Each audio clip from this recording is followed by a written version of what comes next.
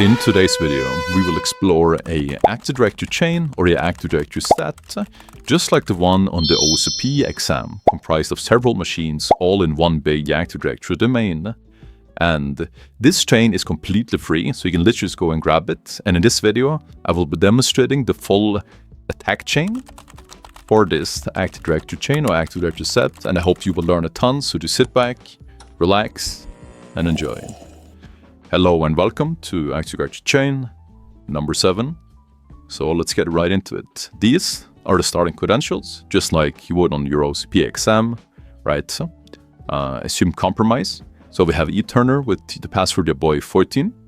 We can take a look at the IP route to see if we can find any potential machines in the network.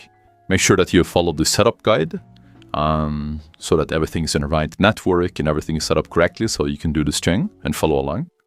So we can take this IP range right here, and we can utilize netexec and to just spray across the network and see if we identify any machines.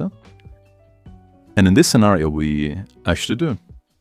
But we only see one machine, but we can see that all the machines are running. So this would likely tell you that either the machines are not booted up yet, less likely if you had it booted for a while, or most likely by far is the fact that this is some form of pivoting required, right? So the ongoing assumption is obviously that pivoting is required. These machines have been running for a while.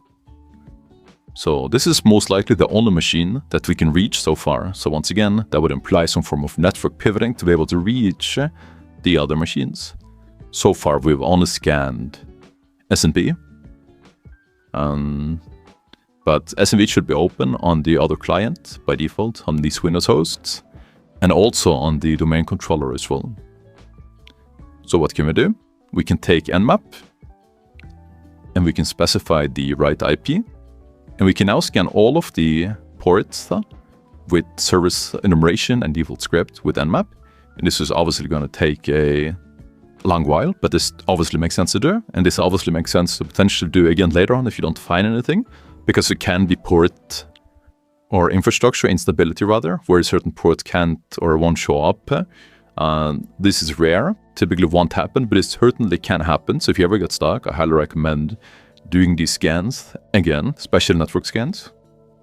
So we can see that WinRAM is open, we can see that SMB is open, RPC is open, but yeah, this is going to take a while. I'm just going to make a quick pause and we'll be right back. So the scan is now completed. We can take a look of all of this output.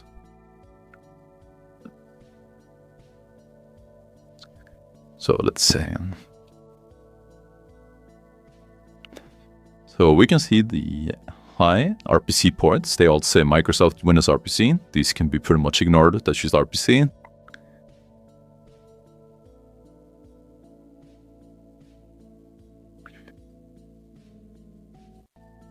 We can see common ports.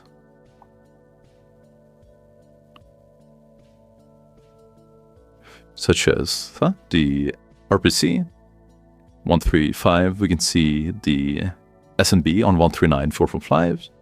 We can see RDP is open as well. And we can see that this is client 1. So RDP is open, that is interesting. Right, it's the client 1 right there.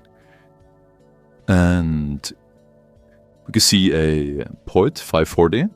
That port is a default port and not typically interesting at all. We can see 5985, which is WinRAM.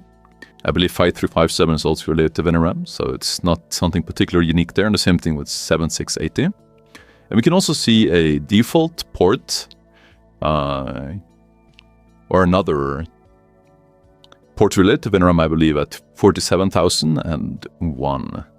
So this isn't too much interesting stuff.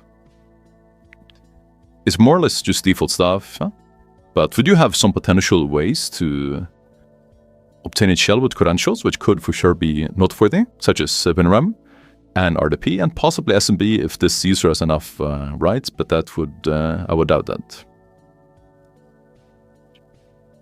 So we can see that the credentials are once again valid. And we can only reach one machine, which is this one client 1 right here. So we have this checklist right here if you ever get stuck or just want a methodology to follow. Not claiming that I would cover absolutely everything, but it's certainly very helpful, especially for beginners who just want to have a little checklist of not forgetting important checks, because it can be very simple to forget random things. So that's why I have it.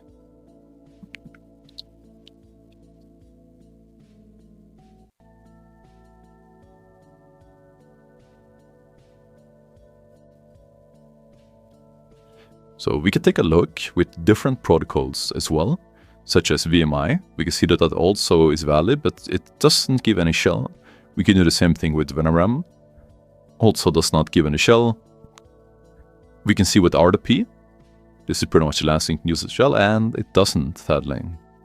So far none of the quick way to obtain further access has been obtained, but that is perfectly okay, because there is much more ways to increase your access than simply getting a direct shell and doing a previsk.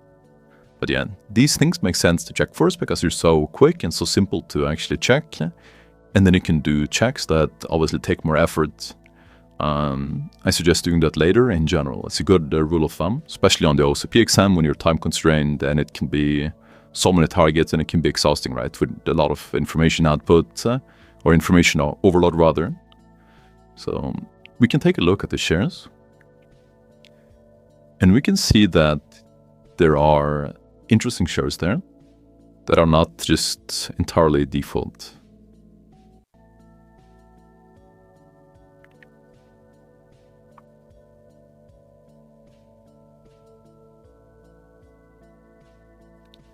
So we can use a Spider Plus module and then download it. We can take this part of this this command right here. And this will pretty much just download all of the files. It excludes some default ones, but it will certainly download everything. So you can see that the print and IPC, it excludes.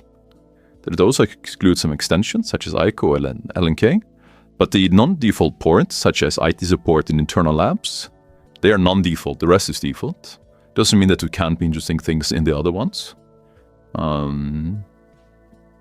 Sometimes you can find GPP password or something like that, which can certainly be interesting. But yeah, we definitely want to enumerate these shares because we do have read access, we don't have write access. So there's no form. And if you find this video useful, then you're absolutely going to love this.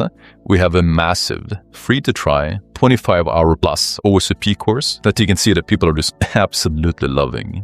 That inside gives you all of the resources that you need to crush the OSCP. We have a massive roadmap that literally covers everything. We cover initial access, privilege escalation, Windows and Linux. We cover Active Directory. We cover post-exploitation. We cover lateral movement. We cover pivoting, tunneling. We cover the exam. We cover the reporting. We cover all of the attacks that you need and all of the techniques that you need for OSCP. We also cover all the rooms that you need to do and all of the rooms just linked inside. We cover Active Directory chains as well. And we literally cover everything. And you will instantly get all of these resources once you join. So click the link down below, try it completely for free. I'll see you inside.